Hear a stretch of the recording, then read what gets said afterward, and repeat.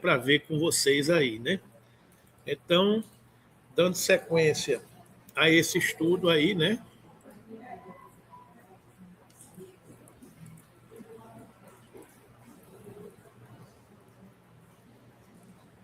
Vamos dando sequência a esse estudo.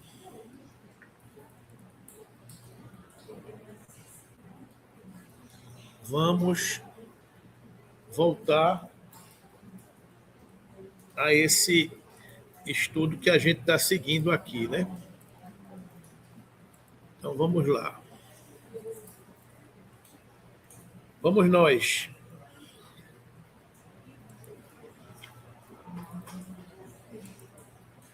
Aprendestes que foi dito a passagem do Evangelho, né? Só para eu ver aqui onde é que está. Se está gravando.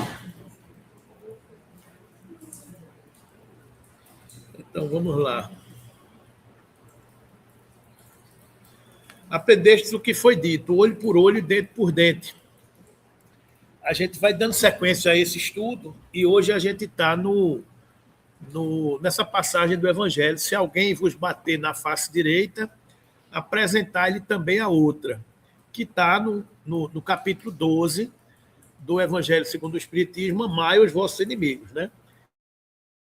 O Evangelho que está em Mateus, capítulo 5, versículos de 38 a 42, ele diz o seguinte: aprendestes o que foi dito, olho por olho e dente por dente.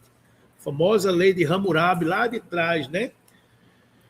Eu, porém, vos digo que não resistais ao mal que vos queiram fazer, que se a face direita, lhe apresenteis também a outra, e que se alguém pleitear contra vós, para vos tomar a túnica, também lhes entreguei o manto, e que se alguém vos obrigar a 1000 passos com ele, caminhei mais 2000. Daí, aquele que vos pedir e não repilais, aquele que vos queira tomar emprestado. Ou seja, a passagem do Evangelho que nos conclama, que nos convida a resistir o mal. Que se alguém nos tratar mal, que a gente resista, que a gente trate com o bem. Né? Então, essa é a passagem do Evangelho. Deixa eu ver se a gente segue adiante com isso, quando ele diz, o comentário de Kardec, que ele diz: os preconceitos do mundo sobre o que se convencionou chamar ponto de honra produzem essa suscetibilidade sombria, nascida do orgulho e da exaltação da personalidade, que leva o homem a retribuir uma injúria contra outra injúria, uma ofensa contra outra ofensa. O que é tido como justiça por aquele que não se acha acima do nível das paixões terrenas. Ou seja, nos primórdios da civilização, a gente era educado dessa forma. Se alguém bater em você, retribua. Eu me lembro que a educação muito comum era dizer: se chegar em casa apanhado, vai apanhar de novo, né? Não apanhe na rua porque você apanha em casa. Então, sempre teve essa cultura de você retribuir aquilo que você recebia. E ainda hoje tem muito presente, né? Porque isso era um sinal de honra. Era um sinal de você não levar desaforo para casa. Você responder o mal com o mal. E também bata. Se alguém for maior do que você, chame seu irmão para bater nele. Então, era sempre... Né? Não tinha essa, já sempre seus. Então, a gente sempre teve essa cultura. Então, o que ele está dizendo? Os preconceitos do mundo sobre o que se chamou convencionar ponto de honra, era um ponto de honra, né? Produzem essa suscetibilidade sombria que leva o homem a retribuir uma injúria com outra injúria. É que a lei mosaica prescrevia olho por olho, dente por dente, de harmonia com a época em que Moisés vivia. Veio o Cristo e disse: retribua o mal com o bem. E disse ainda: não resistais ao mal que vos queiram fazer. Se alguém vos bater uma face, apresente-lhe a outra. A gente faz isso hoje, a gente ainda está na lei de Moisés. a gente ainda está um passo atrás, né? A gente ainda não está seguindo o preceito do Cristo. Ao orgulhoso, que somos todos, este ensino parecerá uma covardia, porquanto ele não compreende que haja mais coragem em suportar um insulto do que tomar uma vingança. E não compreende porque presente. Ou seja, para nossa visão ainda restrita do contexto da vida do espírito, é uma covardia. Se alguém me agredir, eu tenho que agredir essa pessoa ou que ela me agrediu, porque eu não vou ficar por baixo. Porque eu ainda não compreendo que é mais corajoso eu resistir o mal. Porque quando eu resisto o mal, eu estou vencendo o homem velho que ainda habita dentro de mim. Então eu estou resistindo duas vezes. Eu estou resistindo ao outro e eu estou resistindo a mim. Eu estou vencendo o homem velho que ainda habita dentro de mim. E às vezes é muito difícil isso, porque muitas vezes, se você é um pai de família e você tem uma atitude de não revidar, você vai ser questionado porque você não revidou. Um filho, uma esposa, um irmão vai dizer, rapaz, você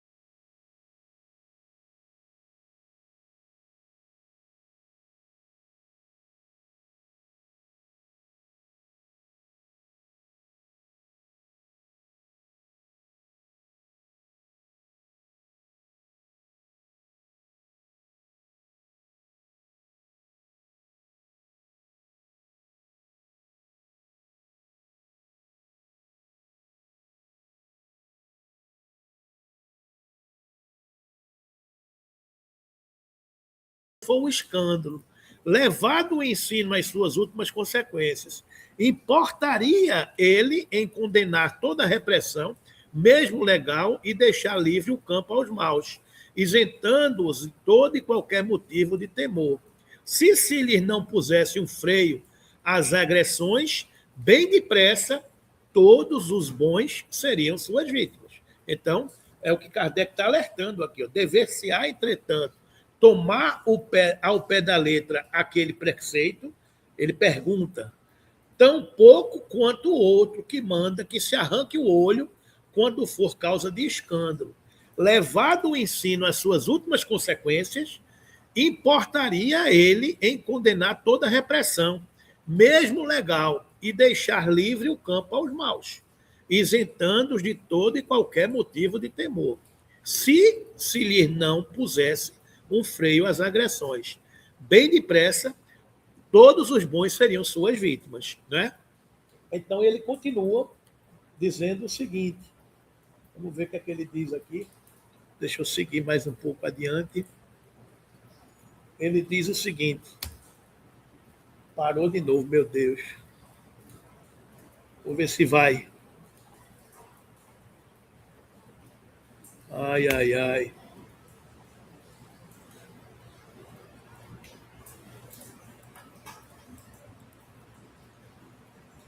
Não foi, né?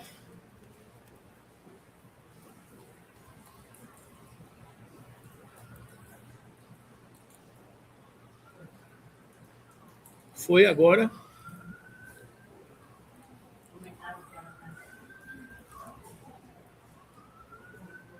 Aqui, né? Pronto. O próprio instinto de conservação, que é uma lei da natureza, obsta a alguém estenda o pescoço ao assassino. É o nosso instinto. Enunciando, pois, aquela máxima, não pretendeu Jesus interdizer toda a defesa, mas condenar a vingança. Esse é o ponto. Não é interromper a defesa, é condenar a vingança, dizendo que apresentemos a outra face àquele que nos haja batido numa.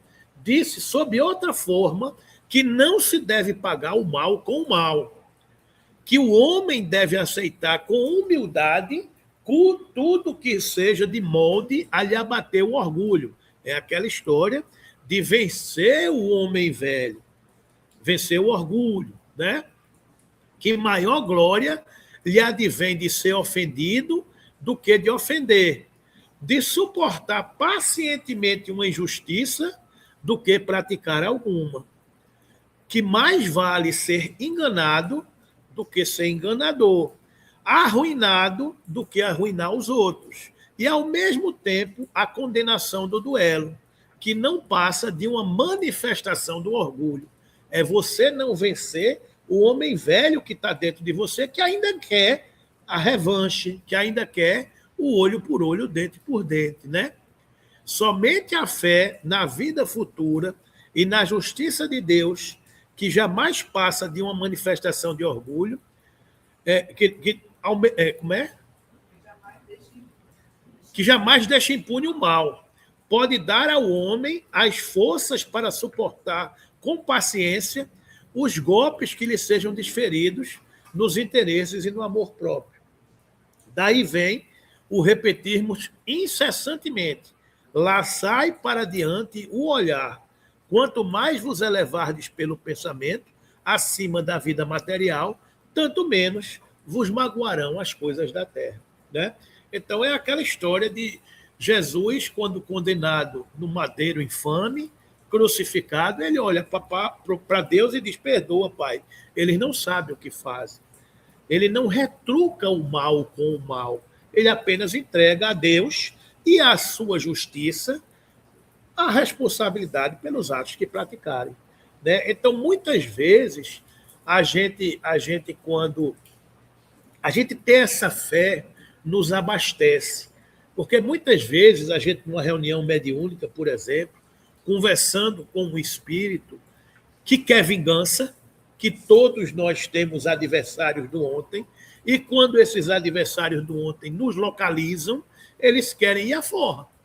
Você está vendo aquele ali bonzinho falando de Deus, de Jesus, mas eu lhe conheço, você fez isso, você fez aquilo, e fizemos sim, mas estamos aqui para responder o mal que fizemos.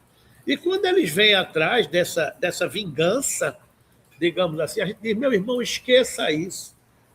Deus se encarregará, porque quando a gente tem a fé em Deus, a gente entrega o erro, o equívoco, o pecado, o desvio a uma lei maior, que já nos disse que na terra nada passará sem que tenha sido pago o último ceitil. Então não sou eu que vou fazer a justiça com as minhas próprias mãos. Quem vai fazer justiça são os mecanismos da lei. Porque quem com ferro fere, com os ferros será ferido. Então, se eu confio neste Deus, se eu tenho essa fé que entrega, eu deixo a Deus, aos mecanismos da lei, a responsabilidade de equalizar essa situação. Então, é o mecanismo da lei. E muitas vezes essas almas, mas essa lei demora demais. Eu tenho pressa. Eu quero ver sofrer agora. Eu não quero resistir ao mal, eu quero fazer o mal. Porque eu só vou descansar se ele sofrer muito mais do que eu sofri. A gente apaga essa capacidade que a gente tem de amar, e muitas vezes a gente, preso nessa ideia de vingança, a gente esquece de elevar o pensamento. Às vezes você está tão cego de uma ideia de revolta, de uma ideia de vingança, que você esquece de elevar o pensamento. E quando você eleva o pensamento, você vê outras coisas. Às vezes, alguns sentimentos de medo, de angústia, de pavor, de dificuldade, nos conectam a regiões que nos prendem a determinadas sensações. Quando a gente diz desconecte, faça uma prece, é para você sair desta faixa de vibração e elevar seu pensamento a outro patamar. Porque a gente só é acessível pelas sombras se nós estivermos nas sombras. A gente só é acessível por uma vibração mais densa se eu estiver conectado com a vibração mais densa. Se eu mudo a minha vibração, se eu aceito não retribuir o mal com o bem, eu elevo o meu padrão vibratório. Eu saio para outra faixa de influência, para outra condição de pensamento e de atitude. E não me submeto às trevas, que moram dentro de mim. Eu não estou isento dessas trevas. Porque, como dizia o apóstolo Paulo, infeliz o homem que sou, não faço o mal que quero, mas o mal que ainda está em mim ainda é o que faço. Ou seja, eu passo muito tempo nos porões de minha alma, aonde habitam o homem velho, aonde habita o homem velho que ainda agride, que ainda responde com violência, que ainda mata, que ainda comete injustiça. Esse é o homem velho, que eu, em tese, tento vencê-lo, tento deixar arquivado dentro de mim. Se eu volto a este patamar, eu vou vivenciar essa realidade e vou me conectar com uma determinada situação. Porque qual é a definição de ser espírita? Conhece-se o verdadeiro espírita pela sua transformação moral. O que é transformação moral? É sair dos andares inferiores e viver nos andares superiores. E pelos esforços que empreende para domar as suas más inclinações. As inclinações que habitam em mim. As inclinações do homem velho, do porão da minha alma, o homem que agredia, o homem que era maledicente, o homem que era invejoso, o homem que era orgulhoso, o homem que respondia o mal com o mal, muitas vezes maior do que ele, o homem que era incapaz de perdoar, o homem que era incapaz de renunciar, o homem que era incapaz de servir, o homem que era egoísta. Essas dificuldades e essas paixões que habitam o meu ser lá nos porões e que eu lutei muito tempo para vencer, determinados gatilhos podem fazer disparar.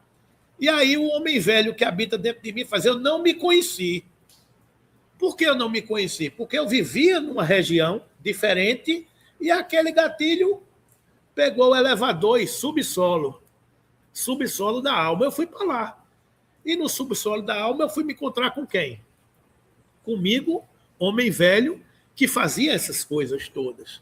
Então, conhecer o verdadeiro espírita pela transformação moral é domar as suas más inclinações que habitam dentro de mim e vencer essas más inclinações. E vencer de tal forma que eu não mais cogito fazer o mal, porque eu não tenho mais esse reflexo. Isso não mais me pertence. Se eu hoje faço caridade, é porque fazer caridade ou não fazer caridade ainda é uma cogitação e uma opção do meu ser que ainda é vacilante, que ainda pode optar por fazer ou por não fazer. Quando eu avanço, quando eu evoluo, eu me torno caridoso. E eu ser caridoso é uma atitude permanente de um ser que não mais cogita não ser caridoso. Isso já faz parte de mim. Isso já está impregnado no meu ser. Eu ser bondoso, eu ser amoroso, eu perdoar, eu entender, eu respeitar, eu ser pacífico, eu ser semeador, eu ser pacificador, eu ter o Cristo vivendo em mim. Quando eu tenho essa atitude, eu me transformo. E eu transformado, eu não cogito mais. O meu elevador não tem botão subsolo. O meu elevador não tem subsolo, porque eu não vou mais lá. Eu não visito mais essa região. E se por acaso eu passar perto, eu não fico balançado a viver lá. É aquela história da pessoa que parou de fumar. Se sente o cheiro de cigarro, ele quer fumar. É aquela história da pessoa que parou de beber. Se ele sente o cheiro de uma cachaçinha, ele quer tomar uma. É aquela história da pessoa que faz dieta. Quando ele, feito eu, né? Quando ele vê alguém comendo e comendo mais do que devia, ele também quer. Porque ainda eu cogito, eu ainda vivo ali, lá e cá. Um pé aqui, um olho na missa e um olho no padre. Eu sou ainda essa pessoa vacilante. Uma pessoa transformada é a pessoa que não mais cogita, que o Cristo já vive em mim, como disse o apóstolo Paulo. Já não sou eu mais que vivo, é o Cristo que vive em mim. Então, uma pessoa dessa, quando é agredido, ele não cogita rebater, ele ora. Ele ora por si para se controlar e resistir o mal que ainda existe em mim e ora pelo outro, como Cristo fez. Perdoa, Pai, eles não sabem o que fazem. Então, essa é a atitude de uma pessoa transformada.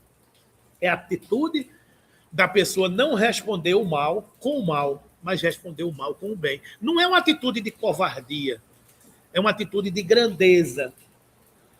Para você entender a perspectiva que as leis de Deus repararão. O problema é que a gente tem pressa. Eu não vou esperar a lei de Deus, não, porque a justiça é muito lenta. A gente vai dizer, a justiça é muito lenta. Eu não quero esperar, não. Eu quero ver sofrer agora. Quando a gente não compreende isso, a gente quer ainda a lei de Italião. Ainda é o homem velho que habita dentro da gente. Né? Então, dentro desse contexto, é isso que o Kardec está querendo dizer para todos nós. Né? E aí a gente entra nessa primeira mensagem dos Espíritos que fala da vingança. E aí ele diz, a vingança é um dos últimos remanescentes dos costumes bárbaros que tendem a desaparecer dentre os homens. É como o duelo, um dos derradeiros vestígios dos hábitos selvagens sob cujos guantes se debatia a humanidade no começo da era cristã. Razão porque a vingança constitui indício certo de estado de atraso dos homens, que a ela se dão, e dos espíritos que ainda as inspirem. Ou seja, a vingança ainda é uma condição de inferioridade da alma humana. Portanto, meus amigos, nunca esse sentimento deve fazer vibrar o coração de quem quer que se diga e proclame-se espírita. Vingar-se é bem o sabeis, tão contrário àquela prescrição do Cristo. Perdoai aos vossos inimigos. Que aquele que se nega a perdoar não somente não é espírita, como também não é cristão. É simples assim. Não é? A vingança é uma inspiração tanto mais funesta quando tem por companheiras assíduas a falsidade e a baixeza. Porque isso é umas características que muitas vezes andam juntos. Né? Às vezes a pessoa se vinga, mas na frente ele está sorrindo. Na frente ele está ali fingindo algo que não está acontecendo para não ser culpado. Eu me lembro que me contava uma história que tinha uma determinada pessoa que vivia num determinado lugar que dizia o seguinte: quando ele começava de manhã a chorar com saudade de fulano, podia esperar que ele ia mandar matar. Ou seja, a falsidade. Né? A pessoa, para desviar-se a atenção da humanidade, ele começava a ter essa... Mas fulano era uma pessoa tão boa, não sei o que, era tão bonzinho. Pode esperar que daqui a 2, 3 dias o cabo ia aparecer encomendado. Porque é a falsidade da vingança. Né? Para não mostrar à sociedade. Estas almas escapam das leis de Deus. A gente está vendo que não. E a gente compreendendo tudo isso, como é que eu vou fazer isso? Que eu vou escapar de quem? Eu vou ter uma conduta e uma postura para me esconder de quem? Eu posso aqui enganar todos vocês que estão aqui encarnados, mas eu engano aos espíritos? Eu engano a Deus? Eu não engano. Essa conduta e essa postura é que faz com que a gente vá se transformando. Eu não posso mais agir da mesma maneira que eu sempre agi. Porque eu não engano a Deus. Eu não engano as minhas convicções. E vai ser da noite para o dia que eu vou virar santo. Não vai. Eu vou num processo de transformação. Eu me perdoo porque eu ainda não sou capaz de fazer. Porque eu ainda estou na matéria, porque eu vou aliviando o peso das minhas responsabilidades. Mas eu já sei que não devo fazer isso ou não devo fazer aquilo. E estou tentando me modificar. Esse é o ponto. Né? A vingança com efeito, aquele que se entrega a essa fatal e cega paixão quase nunca se vinga a céu aberto. É aquela história que a gente estava comentando aqui, porque anda junto com a falsidade e com a bageza. Ninguém faz cara a cara, faz na calada da noite. Né? Quando é ele o mais forte, cai qual fera sobre o outro, a quem chama seu inimigo, desde que a presença deste último que lhe inflame a paixão, a cólera, o ódio. Porém, as mais das vezes, assume aparências hipócritas, ocultando nas profundezas do coração os maus sentimentos que os animam. Toma caminhos escusos, segue na sombra o inimigo que de nada desconfia e espera o momento azado para, sem perigo, feri-lo. Então, é uma atitude de agir na calada da noite, não é? Oi.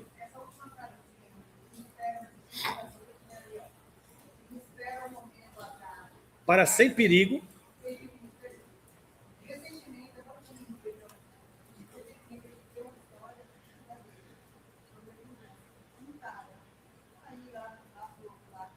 Lá ele, né? Como diz o jovem, né? Lá ele, né? É. Disputa de heranças, de terra, dessas coisas.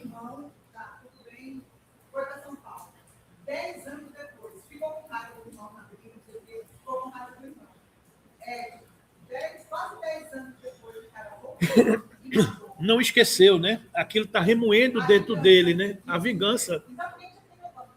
É o tempo. A pessoa fica ruminando. Aquela mágoa fica dentro de você, ruminando. Um dia eu vou lhe pegar. Eu estava brincando um dia desse aqui, Humberto Júnior estava fazendo uma palestra que ele disse que o cabo guarda tanta mágoa que se um dia o cabo roubou o pão com ovo dele no recreio do colégio, aí o cabo dá uma bofetada no outro. Aí disse, por que você está me dando burro? Não, porque você roubou meu lanche quando eu era menino. O cara passa uma vida remoendo e guardando alguma coisa. E isso vai crescendo, isso vai aumentando. E tem coisas desse tipo. A gente tem mágoa de quando a gente sofria bullying no colégio. E quando a gente vê a pessoa, até hoje, a gente faz, não gosto desse cara. Roubaram meu lanche, me chamavam de gordo. Eu não sou gordo, não é mentira? Não, é verdade, eu sempre fui gordo. Né? Então, você fica com raiva, porque você sofreu. A gente guarda essa mágoa, e a gente não sabe que guardar mágoa é tomar veneno para a gente. Mas a gente guarda. Às vezes uma pessoa nos feriu e a gente não esquece. A gente já não é mais capaz de se vingar, mas a gente não é capaz de perdoar. A gente ainda está no meio do caminho. A gente ainda não tira essa mágoa do nosso coração. Né? Uma pessoa nos feriu por alguma coisa, aquilo ali nos incomodou, criou um embaraço na sua vida, criou uma dificuldade grande. Ao invés de eu achar que aquilo me fortalece, que aquilo faz vencer o homem velho e orgulhoso que está dentro de mim, eu fico com raiva. Eu não perdoo, eu fico alimentando aquela sensação. Porque a grandeza é você olhar para uma pessoa que lhe feriu e estender a mão. Sabe por quê? Porque a responsabilidade que ele tem com o mal que ele fez não é com você, é com a lei.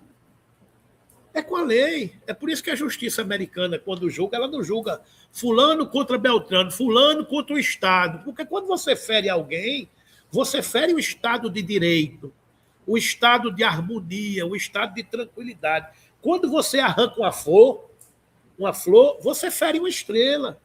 Então, toda atitude que você tem que desequilibra a harmonia do conjunto é com o conjunto. Você está ferindo as leis de Deus.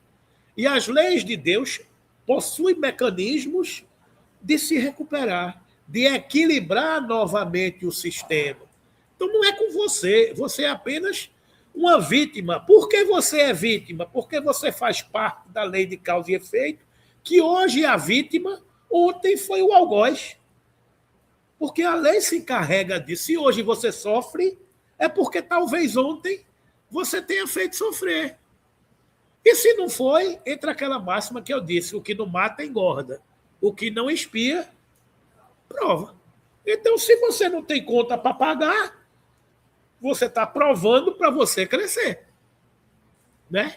Então, se você não tem contas a ajustar, está tudo bem. Se você está passando, é porque você está sendo testado para seguir adiante.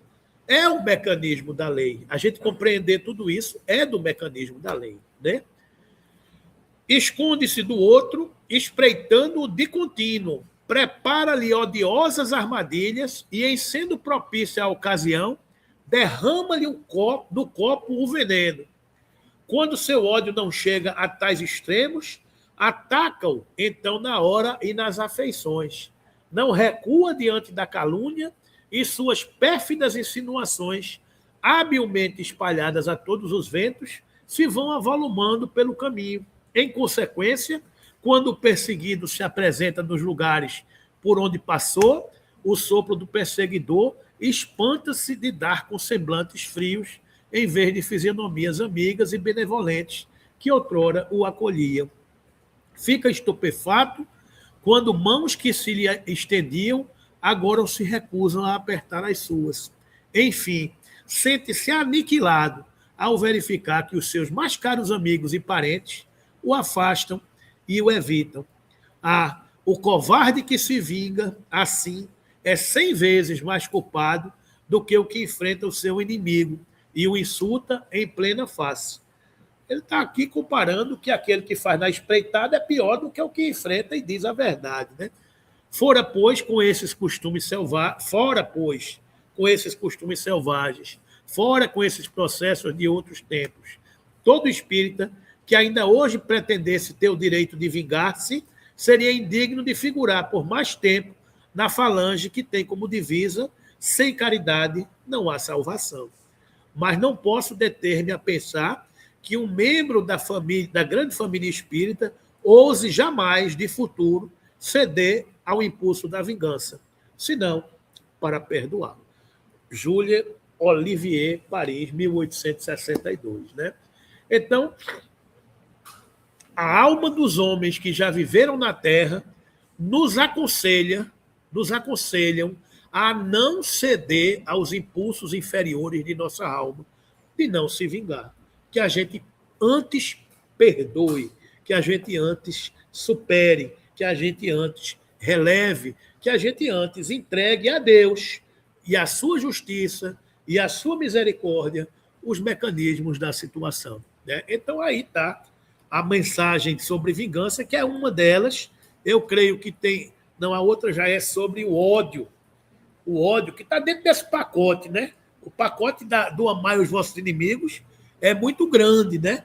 Essa do ódio, que é a mensagem de Fenelon, diz o seguinte: amai-vos uns aos outros e sereis felizes. Tomai, sobretudo, a peito amar os que vos inspiram diferenças, ódio e desprezo. O Cristo, que deveis considerar modelo, deu-vos esse exemplo desse devotamento. Missionário do amor, ele amou até dar o sangue e a vida por amor. Penoso vos é o sacrifício de amardes os que vos ultrajam e perseguem. Mas, precisamente, esse sacrifício é que vos torna superiores a eles. Se os odiasseis como vos odeiam, não valeria mais que eles. Amá-los é a hóstia imácula que ofereceis a Deus na área dos vossos corações. Hóstia de agradável aroma e cujo perfume lhe sobe até o seio. Se bem a lei de amor mande que cada um ame indistintamente a todos, os seus irmãos, ela não couraça o coração contra os maus procederes. Esta é, ao contrário, a prova mais angustiosa, e eu bem o sei, porquanto durante a minha última existência terrena experimentei esta tortura. Mas Deus lá está e pune nesta vida e na outra os que violam a lei de amor. Olha aí, confiar e entregar na lei de Deus, nos mecanismos da lei. Deus que lá está pune nesta vida e na outra os que violam a lei de amor. Ninguém escapa dos mecanismos da lei. A terra não passará sem que tenha sido pago o último ceitio. Não esqueçais, meus queridos filhos, que o amor o aproxima de Deus, a criatura, e o ódio o distancia deles. É aquilo que a gente fazia a figura do elevador. O amor faz você subir, apertar nos andares superiores, na cobertura do psiquismo humano, lhe aproxima de Deus. O ódio, que é o sentimento oposto, lhe coloca nos porões da alma, lhe distancia de Deus.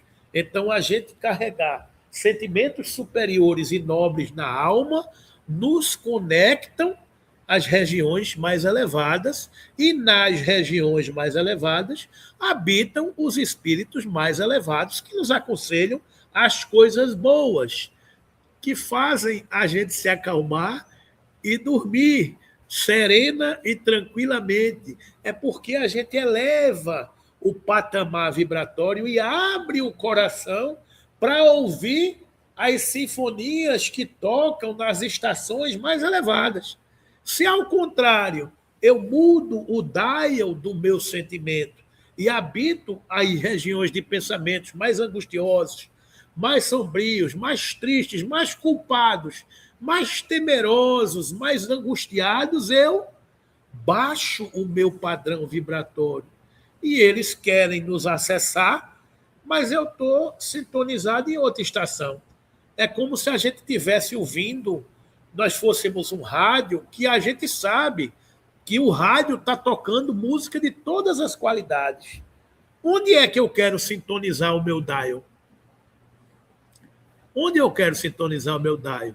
Se eu quero ouvir uma música boa, eu vou me conectar numa estação que toca uma frequência boa. Se eu quero ouvir uma música mais densa, eu vou sintonizar o meu dial numa frequência mais densa. É o mecanismo da lei, das leis de sintonias. Não tem como a gente escapar. Então, o ódio é esse sentimento antagônico, a vingança é esse sentimento antagônico que nos afasta de Deus, que nos afasta das leis que o Cristo nos ensinou. Que a gente tenha, no nosso processo de transformação, essa capacidade, essa coragem de ir enfrentando todas essas adversidades que ainda fazem parte do panorama da humanidade, né? Então, a gente vai ficando por aqui no dia de hoje, a gente vai encerrando o estudo dessa manhã por aqui, agradecendo a Deus, agradecendo a Jesus essa oportunidade, por começarmos a compreender todos esses mecanismos da lei, né?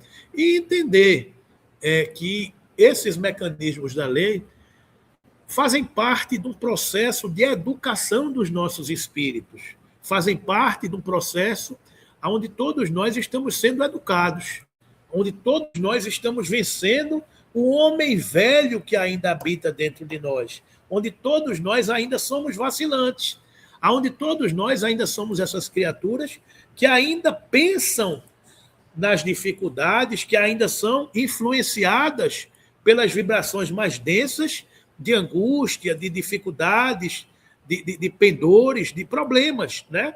Então, esse ainda é o homem velho que ainda habita dentro de nós, né?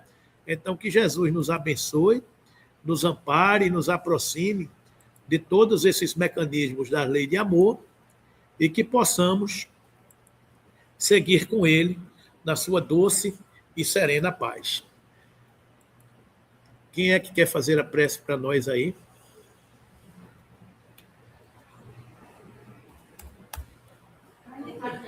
Hein? Faça aí.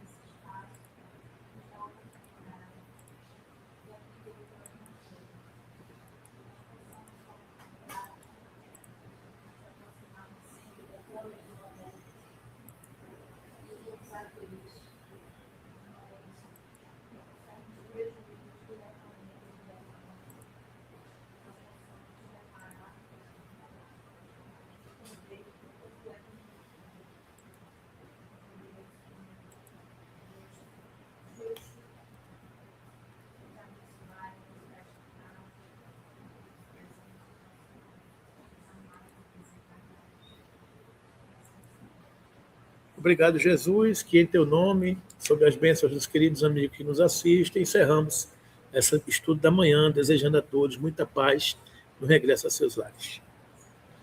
Bora. Vamos nós, que o negócio aqui travou.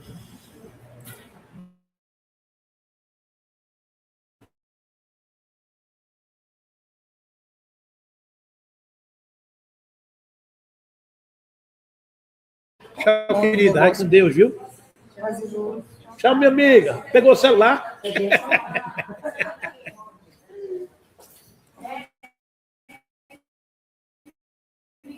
Valeu, minha amiga. Vai com Deus. Vê se valeu, querida. Até a próxima.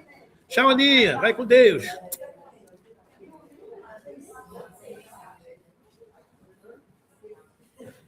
Minha querida. Bom dia, né? Valeu, irmão. Abraço. Vá, minha querida. Qualquer coisa, grite, viu?